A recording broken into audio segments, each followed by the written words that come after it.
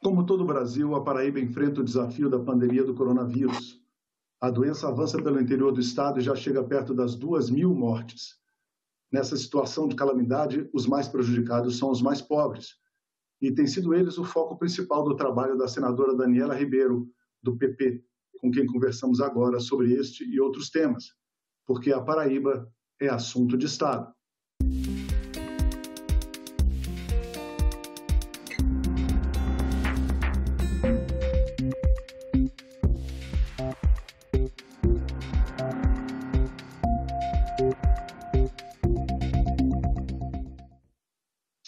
Senadora, bem-vinda. Muito obrigado pela sua presença no nosso programa.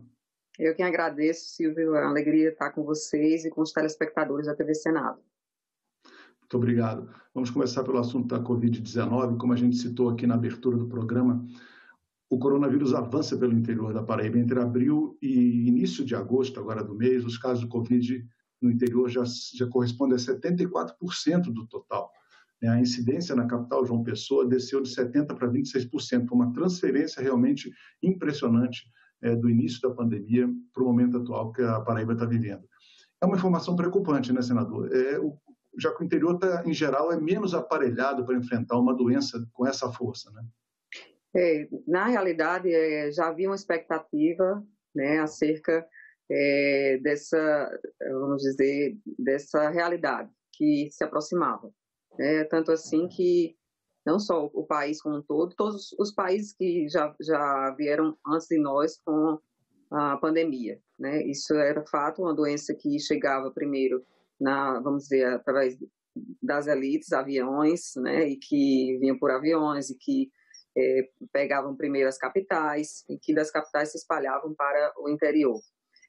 A realidade é que trabalhamos constantemente dentro do Senado Federal, com auxílios que pudessem chegar para os municípios em geral, tanto assim que conseguimos recursos, né, através de emendas para chegar até os municípios os mais longínquos. Na Paraíba somos 223 municípios, todos eles, graças a Deus, tivemos a oportunidade de levar esses recursos, independente de ter, na grande maioria deles não existem os hospitais, mas os primeiros cuidados e a necessidade de ter recursos para levar as pessoas que sejam acometidas, né, pela doença, né, nos primeiros sinais, e levar para hospitais que deem esse apoio, são necessários. Então é isso que estamos fazendo aqui, Silvio, podendo dar essa garantia para que os prefeitos, né, que são os gestores e que têm, né, estado alertas, participando. E aqui eu quero dizer para vocês que a semana passada, a última sexta-feira, fiz uma reunião por Zoom, convidando a todos os 223 prefeitos do meu estado para ouvir, né, a realidade de cada um nesse instante, após esse primeiro momento, do que eles estão enfrentando com relação a essas questões do Covid. Então, a importância do diálogo, ela é fundamental, você não pode estar distante de forma alguma. É uma coisa que o Senado, se a gente não tiver cuidado, ele traz muita coisa boa no sentido de você poder aproveitar para ajudar, mas também, se você não tiver cuidado, distancia no diálogo. E é uma coisa que sempre me trouxe felicidade, foi estar perto do meu povo. É uma coisa que é muito difícil durante a pandemia, você ter que estar tendo que falar, né, através de videoconferências, mas graças a Deus que temos, né, a possibilidade de nos falarmos assim. Então, nessa última sexta-feira, estive em reunião com todos os prefeitos, né, através da FAMUP, que é o órgão que é a Federação dos Municípios aqui na Paraíba, e ouvindo a cada um deles, trazendo as suas experiências, as suas angústias com relação a essa questão, e, acima de tudo, o nosso compromisso, como eu disse, através de recursos, através do próprio auxílio emergencial que foi aprovado, né, dentro do Congresso Nacional e que deu vamos dizer, não só um auxílio, deu um alívio, né, para esse momento de dificuldade, porque na realidade é a pandemia que está determinando, né, o tempo, que está determinando as ações que nós estamos realizando, mas o que é bom é que nós estamos sendo reativos e proativos, né, no tempo necessário para cuidar do nosso povo. Tanto que a senhora, desde o início dessa pandemia, ainda em março, a senhora já defendia medidas fortes para enfrentar o avanço dessa doença. Por exemplo, a implantação de hospitais de campanha na Paraíba. por meio da reabertura de 4 hospitais específicos que a senhora citou na época, inclusive, que estavam fechados há muitos anos: o Santa Paula, o João Soares, o Hospital Psiquiátrico de Cruz das Almas e o Hospital 13 de Maio. Essa medida foi implementada pelo governo do estado da Paraíba e esses hospitais de campanha funcionaram? Como é que foi isso? Então, assim que começou essa questão da pandemia, e a gente via que realmente era algo que iria se alastrar a partir das primeiras reuniões com o próprio ministro Mandetta à época, a preocupação era não haver essa lotação, superlotação, e que as pessoas não tivessem condições de serem atendidas. Então, a minha primeira sugestão foi, não só sugestão, mas eu procurei os prefeitos das principais cidades que atendem, né, o conglomerado de municípios por todo o estado da Paraíba, o prefeito da capital, né, de João Pessoa, e o prefeito de Campina Grande, o governador do estado da Paraíba, fazendo, e além disso, né, Ministério Público, além disso, Procuradoria e também o próprio Tribunal de Justiça do Trabalho, para trabalharmos em conjunto, vendo essa questão de hospitais que estavam fechados por pendências judiciais, que pudessem estar sendo resolvidos essas questões para, durante a pandemia, atenderem esses pacientes. E aí, alguns hospitais, por força dessa sugestão foram abertos, hospitais de campanha, né? O próprio governador atendeu a sugestão através da construção, optou por a construção de um outro hospital de campanha, mas também foi aberto, que é o Hospital Metropolitano do Estado da Paraíba, que ele fez um hospital, vamos dizer, de campanha por fora, mas o que foi visto, e em João Pessoa também havia, e Campina Grande, o prefeito da cidade, não tinha a possibilidade de ter, não tinha hospitais privados, mas houve, por parte dele, um hospital do próprio município, onde ele separou especificamente para o hospital de campanha. Nos colocamos à disposição para, junto ao governo federal, trazermos as condições necessárias, isso eu fiz, né, para atender as questões de leitos, a questão de EPIs, né, a questão também de você dar a condição necessária para que os hospitais pudessem funcionar. Então, foram 77 leitos a princípio, para o Estado, né, e isso também feito também com nosso diálogo também, que foi importante, fundamental, foi o que dei a notícia ao governador, e esse trabalho tem sido feito até o dia de hoje, né? Nós não estamos em nenhum momento ainda, vamos dizer assim, deitados e quietos, esperando que como se as coisas tivessem passado, muito pelo contrário. Houve a decisão agora por decreto do prefeito da capital, de reabertura, né, econômica, e bem como do Estado, no sentido de haver essas decisões, e agora é hora de ficar mais cuidadosos, porque a gente sempre, né, tem assistido, haver uma certa reação, vamos dizer assim, do vírus com relação à proximidade das pessoas. Então é importante a gente estar sempre alerta, né, e com os cuidados necessários com relação a essas questões. Então, o Estado está tendo o cuidado necessário, sempre tenho falado com os prefeitos, e dando assistências também com relação até a própria, muitas vezes, diálogo entre os municípios e outros, para fazer com que haja, por exemplo, transporte, para que esse diálogo de transportar pessoas de um município para outro aconteça. A realidade ela é bem diferente vamos dizer, de alguns outros estados. A Paraíba é um município que, claro, que ele é carente, né, há necessidades, como no Nordeste, vários municípios, necessidades prementes, e que a gente tem que sempre estar de olho para poder ajudar naquilo que a gente mais pode fazer como representante do Estado. Sim, senadora, é verdade. Vamos torcer para que essa pandemia acabe logo, né, e traga um pouco mais de paz para todo o país, né? É verdade, é o que a gente tem feito aqui, Silvio. Senadora, vamos falar de outro assunto que a senhora tratou bastante esse ano, mesmo durante a pandemia, né? Desde o início, a senhora defendeu o adiamento do Enem, que é o Exame Nacional do Ensino Médio, né?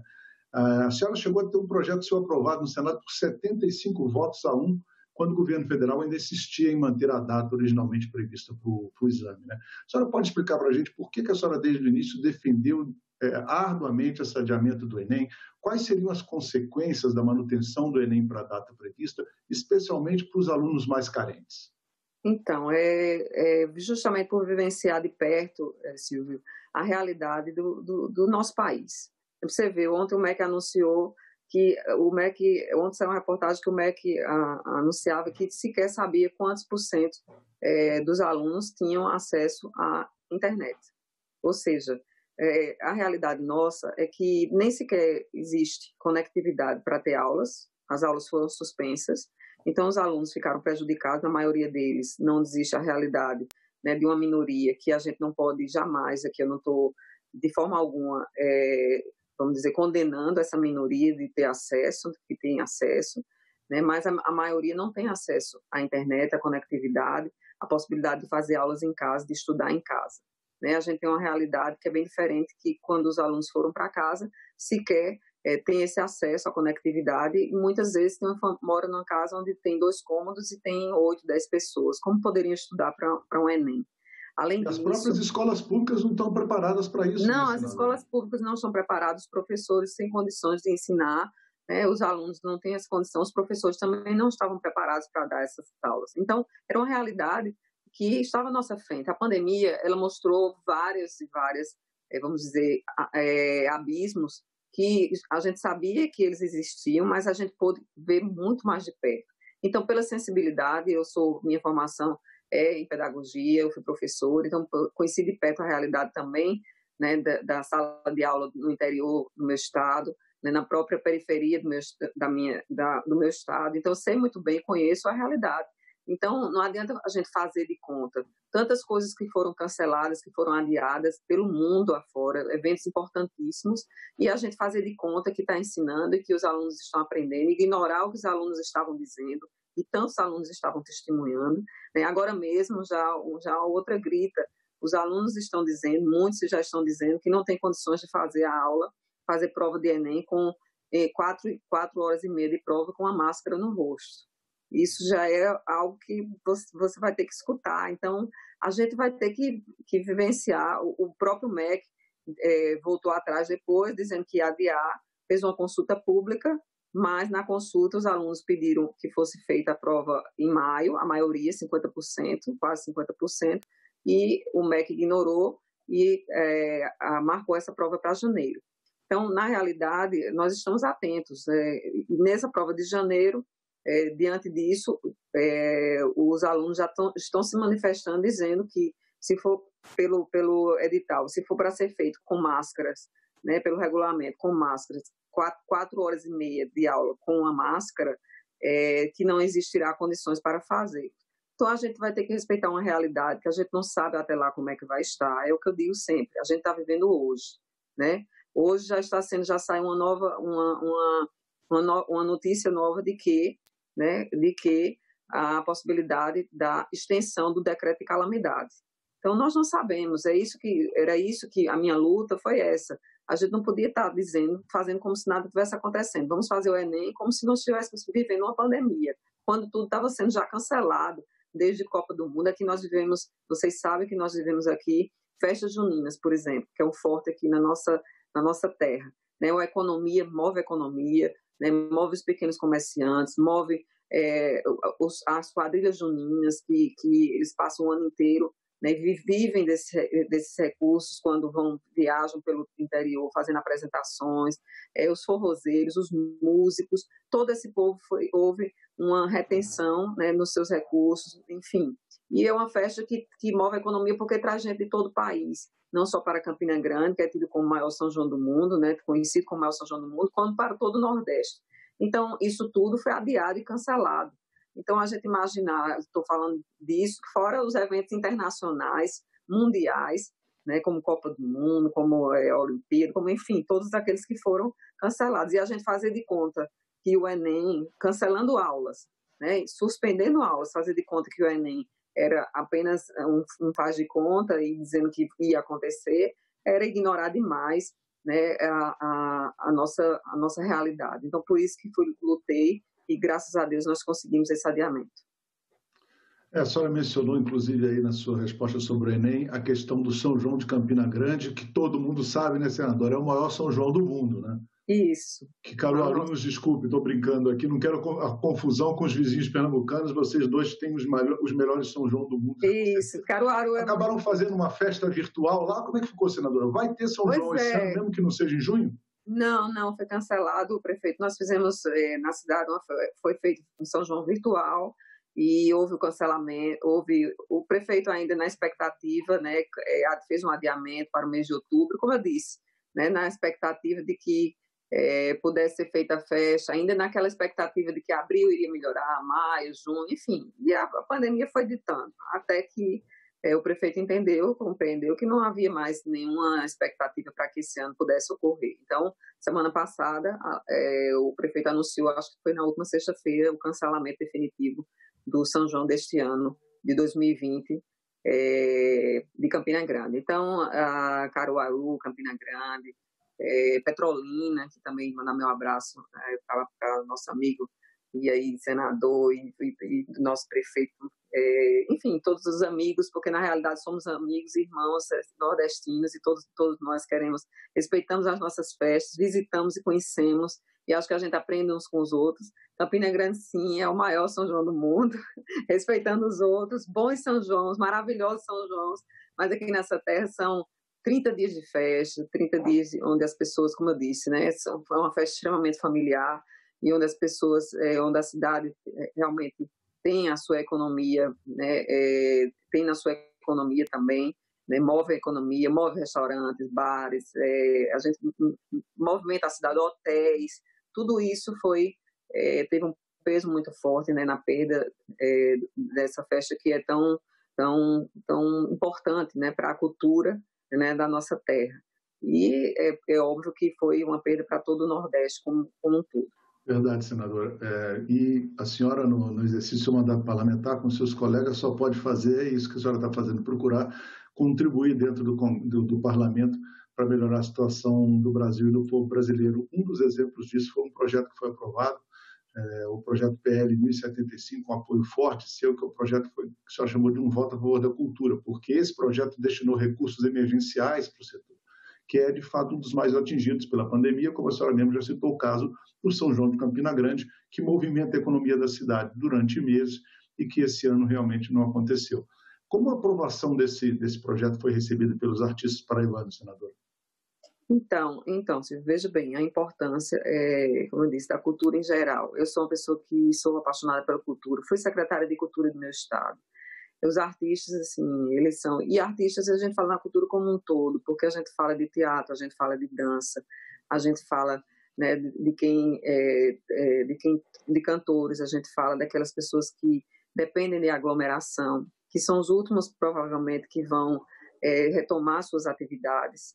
Eu penso muito no quanto esses valores, né, esse recurso vai ajudar, mas a necessidade de que isso possa vir o mais rápido possível. Nós aprovamos, o Senado fez sua parte, o Congresso fez sua parte com esse auxílio, né? A sanção, o governo regulamentou e os valores já foram apresentados para cada estado, de quanto isso sairia, quanto isso representaria. E agora realmente fazer com que eu chegue até os artistas, né, que estão sofrendo muito, muito mesmo, porque também, assim como tantas pessoas, e aqui eu queria fazer esse registro, sabe, Silvio? Porque no começo as pessoas imaginavam que quando a gente está escolhendo fica em casa, a gente está escolhendo a saúde e ignorando a economia, e ignorando as pessoas que precisam da sua comida, precisam trabalhar, o comércio, enfim. E não é isso. Em nenhum momento houve disputa com relação a isso. Acho que a empatia foi o grande exercício e está sendo o grande exercício durante essa pandemia. A gente compreender uns aos outros, né? Então, a compreensão, né, de que as pessoas elas precisam serem entendidas na sua angústia. Todo mundo tem uma angústia. É a angústia, aquele que pode ficar em casa, é a angústia daquele que tem que ficar em casa porque tem uma pessoa idosa e não pode sair de casa porque se sair pode trazer a doença e perder aquele ente querido, né? É uma mãe que precisa deixar um filho na creche para trabalhar, mas também é outra mãe que não pode deixar porque tem condição de ficar em casa e não tem coragem de deixar um filho na creche para não pegar e adoecer. Então, assim, são diferenças que existem e que a gente precisa respeitar. Nesse sentido, eu acho que o fundamental é a gente entender, por exemplo, que nesses artistas como um todo, né, quem vive da arte sabe muito bem o que isso significou. Então, por isso, e quem conhece um pouco dessa arte, que ama essa arte, né, por exemplo, aqui em Campina Grande, num domingo, você tem, eu vou dar um exemplo para você, você tem a casa do mestre do Duta. O mestre do Duta, ele faleceu, ele tocava chorinho na casa dele. Você vai todo domingo, quem quiser ir, ele ensinava chorinho, a família toda está lá, permanece isso, mas agora, né, com a pandemia, desde jovens, crianças, a partir das 11, das 10 da manhã, seja no violão, no bandolim, tá, no violão de 8 cordas, está lá, hoje o filho dele, Vaguinho, chama Vaguinho de Duduta, permanece fazendo isso. E você tinha esse momento lá, muitas vezes eu chegava lá, só tem o café e a bolachinha, e você senta, quem não toca, não toca, mas senta lá e admira coisas como essa. Então, é cultura da sua cidade, né? Então aquele momento, e as pessoas que vivenciam, né, aquilo ali, deixaram de vivenciar essa cultura, mas que tem que permanecer para que quando tudo isso acabar, isso não termine, né? Então, essas pessoas tenham condições de dar essa alegria para quem eles dão. E isso é fundamental, nossos artistas, porque aqueles que são grandes artistas, eles superam esse momento com o recurso que eles têm, né, que são famosos nacionalmente, internacionalmente, porque tem essa condição. E aqueles outros que precisam dessa condição, né, que foi dada através desse auxílio emergencial, graças a Deus, estão agora, né, com esse amparo, mas que, acima de tudo, a gente está cuidando para que quem não recebeu ainda possa receber o mais rápido possível. Senadora, outra bandeira do seu trabalho no Senado, senadora Daniela Ribeiro, para a Paraíba, foi a criação da Superintendência da Caixa Econômica Federal na sua cidade, Campina Grande. Explique para os nossos espectadores por que essa superintendência funcionando em Campina Grande é tão importante assim. Eu vou explicar para vocês. A Superintendência da Caixa Econômica, e aqui mais uma vez agradecer ao presidente Pedro Guimarães, presidente da Caixa Econômica, né, e claro, ao governo federal, o presidente da República, porque a Superintendência da Caixa, em Campina Grande, ela já existiu há mais de 12 anos. E Campina Grande, ela fica a uma distância da capital de 120 quilômetros. A superintendência tinha só em João Pessoa. Só que Campina Grande, ela fica muito mais próxima do interior do estado da Paraíba, sertão e cidades circunvizinhas que tinham que se dirigir pessoas, e aí vamos falar de construtores, vamos falar dos próprios prefeitos, prefeituras, que vinham, por exemplo, assinar um documento, tinham que pegar a estrada por 5 horas. Quando, se fosse a Campina Grande, você economizaria em torno de 3 horas, pra você ter ideia. Então, a Superintendência em Campina Grande, da Caixa Econômica, ela trouxe uma economia em termos de gastos por conta de gasolina, né, da gasolina, em termos de gasto emocional, de perigo na estrada, com relação à própria economia financeira mesmo, de você muitas vezes, o desgaste de você ter que sair para assinar um papel, às vezes era um papel, um documento que faltava, que você tinha que se dirigir à capital, ao invés de se dirigir à cidade que aglomerava um número muito maior, né, de municípios. Você tem ideia, são 187 municípios que Campina Grande hoje atende com a Caixa Econômica,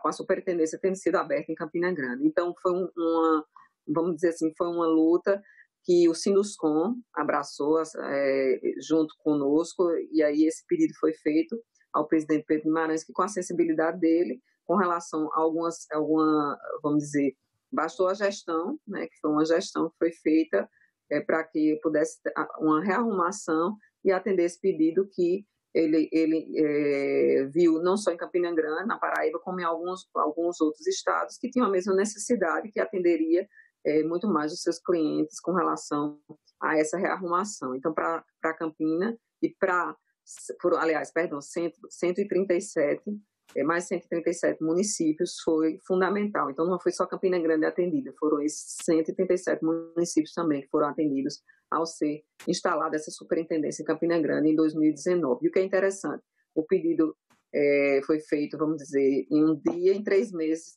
a instalação da superintendência já estava feita, porque já existia o prédio, então foi só, como diz, a boa vontade, o compromisso e, acima de tudo, o respeito a uma cidade, a um estado, né? Na realidade é um estado, porque 137 municípios sendo atendidos foi a um estado. Então, mais uma vez aqui, a nossa gratidão, Campina Grande e o estado da Paraíba, nesses 137 municípios, agradece.